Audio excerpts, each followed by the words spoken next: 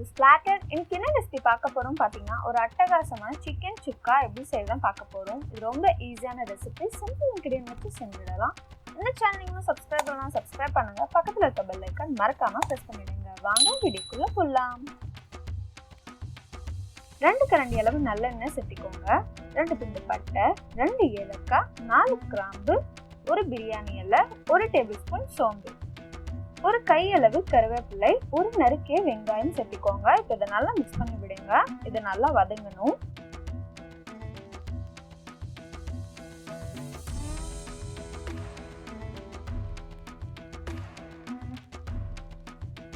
இப்போ இதை நல்லா வதக்கியாச்சு. இது கூட 2 டேபிள்ஸ்பூன் அளவு இஞ்சி பூண்டு பேஸ்ட் சேர்த்துக்கோங்க. இஞ்சி பூண்டு ஈக்குவல் குவான்டிட்டியில எடுத்து அரைச்சிக்கோங்க. இப்போ இஞ்சி பூண்டு பேஸ்ட் நல்லா வதங்கிடுச்சு. இது கூட ஒரு தக்காளி சேர்த்துக்கோங்க. இதையும் நல்லா மிக்ஸ் பண்ணி விடுங்க.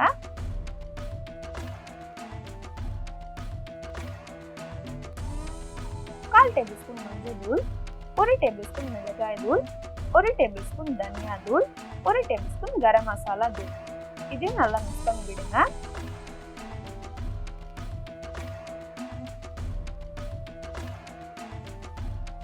அரை டேபிள்ஸ்பூன் அளவு உப்பு சேர்த்துக்கோங்க.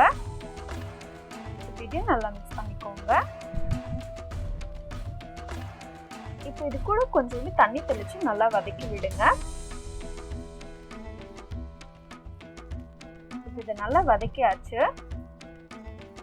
நான் 1 கிலோ சிக்கன் எடுத்திருக்கேன். உப்பு மஞ்சள் போட்டு 2 தடவை வாஷ் பண்ணி எடுத்து வச்சிருக்கேன். அதுதான் இப்போ நான் சேர்த்துக்க போறேன். இப்போ இதையும் நல்லா மிக்ஸ் பண்ணி விடுங்க. நம்ம இதுல எந்த தண்ணியும் சேர்த்த போறது இல்ல. சிக்கன் இருக்க தண்ணியே வெளியே வந்து சிக்கன் வெந்துடும். இப்போ பாத்தீங்கன்னா சிக்கன் வந்து தண்ணி வர ஆரம்பிச்சிடுச்சு.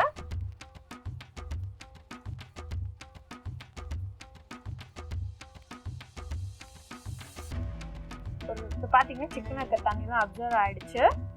சிக்கனும் நல்லா வெந்துருச்சு. இந்த ஸ்டேஜ்ல 2 டேபிள்ஸ்பூன் அளவு மிளகு தூள் சேர்த்துக்கோங்க.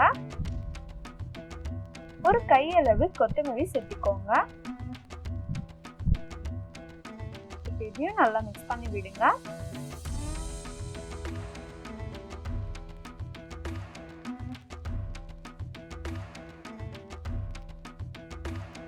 கேஸ் ஆஃப் பண்ணிடுங்க. நம்மளோட சூப்பரான சிக்கன் சுக்கா ரெடி ஆயிடுச்சு. கண்டிப்பா அந்த ரெசிபி வீட்ல ட்ரை பண்ணி பாருங்க. ரொம்ப ஈஸியான ரெசிபி.